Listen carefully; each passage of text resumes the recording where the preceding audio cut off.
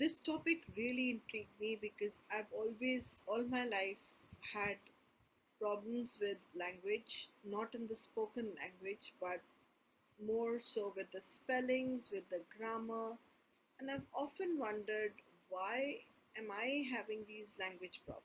At the same time, I was able to pick up various languages but master none. Uh, so I could speak them. Pronunciations were always an issue. Spellings I really could never see, and even today I have major issues with the spelling, grammars, and the references written down. And my curiosity about myself took me into the understanding of why I'm having language issues and what are the traumas that are hidden behind it.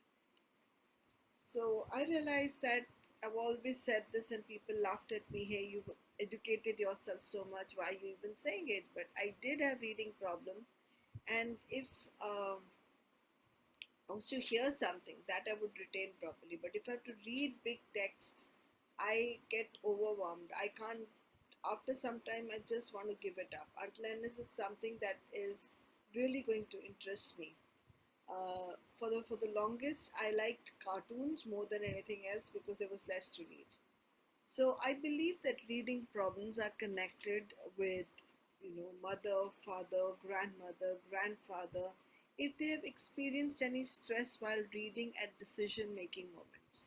And I asked my mother, did anything happen? Mom, did anything happen which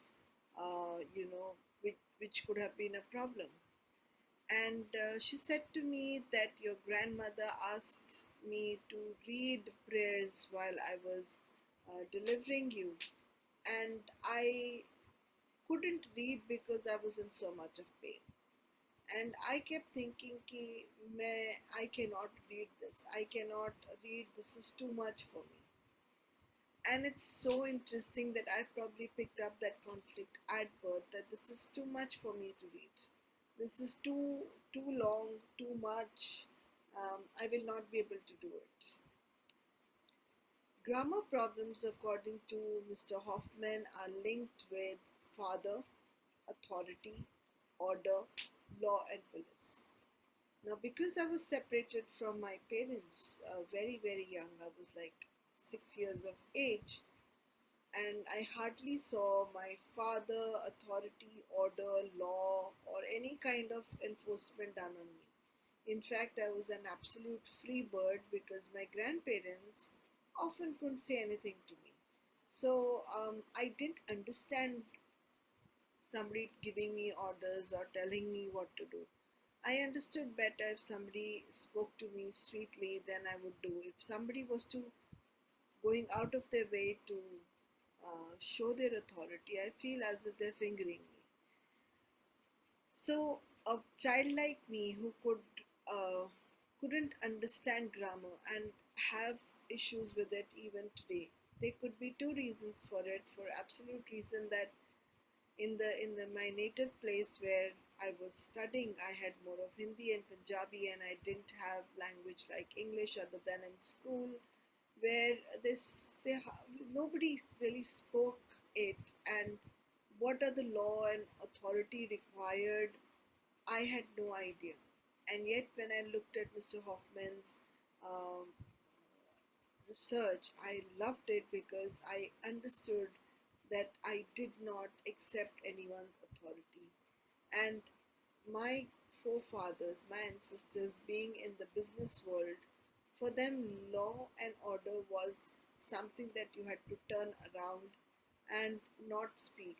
Also, of late, I've realized that my family does not like writing messages and sending it across. It's like they're scared that it will be recorded, to become like a legal document, and so there is more of hiding than showing, and all this contributes at certain subconscious level with my grammar problems.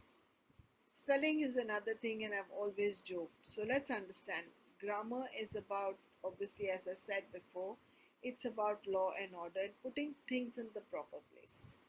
Now, Like I mentioned, my mother's side of the family is business, and if I put things in the proper places, I might be found out. So, uh, sorry, but that doesn't happen. And I've often said this, I will not send a message to you. I'm very difficult at sending messages. Most of my messages are hugs, love, and left at that. It's almost like I'm scared to write that if someone reads that message, they might misread it and not understand what is the relationship that I have with the person. And yet, I was laughing yesterday that most of our messages end with hugs, love. And if someone was to read that, and if I'm sending that hugs and loves and kisses to a man on the other side, it still may be misread. So it's almost coming from I want, in my mind, I want people to put me in a proper place and not put me out of the context. And so my relationship with people gets reflected in the grammatical problem. Words, which was fascinating for me, stands for people.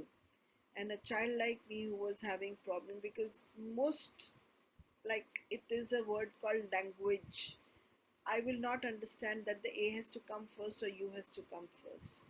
The problem with the words and putting them in the right place is like their rank or where they stand in the family is not very clear. First of all, my mom was second born, but she was considered the firstborn all her life because uh, she was the first surviving kid, but she never behaved like the first surviving kid. Then, when I was left with my grandparents at a tender age of 6, I couldn't understand why my mom has disappeared, where she has gone, where do I put her? Should I put her before my grandmother? Should I put her after my grandmother, who was my pseudo mom or sugar mom? Um, and then I had another mother figure, that's my aunt, because my uncle had my mom's brother had just got married. So I had three moms practically, and I wouldn't know what was the right place and how do I acknowledge and what is my place in the family. And I often say this, nobody asked me that, do you really want to go back to your mom? It was almost like, oh, we can't take care of you. Now you're a problem child, and we need to send you back to your mom so that she can tame you or take care of you. And it's almost like now we are putting you in a proper place. So, words for me has always been confusing because I have never understood where I stand in my life. Sentences together are about families. So words are about people standing, and sentences are about families. And it's obvious that family relations were not clear for me. So when I write, I probably repeat the same thing again and again because probably back in time I was repeating stuff with my mom and with my grandmom and then with my aunts. And it must have been extremely confusing for a child to please everyone and not know where they are supposed to be. And that unclarity in my life has really um, how do you say, has got projected down into my spellings. So I really want to thank this research and that I could make some meaning out of my life because of what I have just looked at. So, also wanted to mention over here that certain words which are not spoken in the vocabulary, and I did speak about traumas in the generation that was this video. In this video, we are also looking at there are certain words that were never spoken in the place that my mother lived. Like she always pronounces the V as B, that's B. So the phonetically she could never speak. I realized that phonetically I too carry a lot of phonetic issues within my language.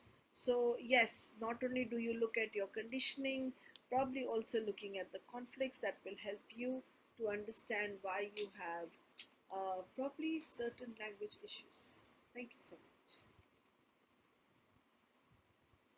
Help Talks are daily health related talks held at Health Education Library for People, Mumbai, India. For more information visit www.healthlibrary.com. Subscribe to Help Talks channel. Be better informed about your health.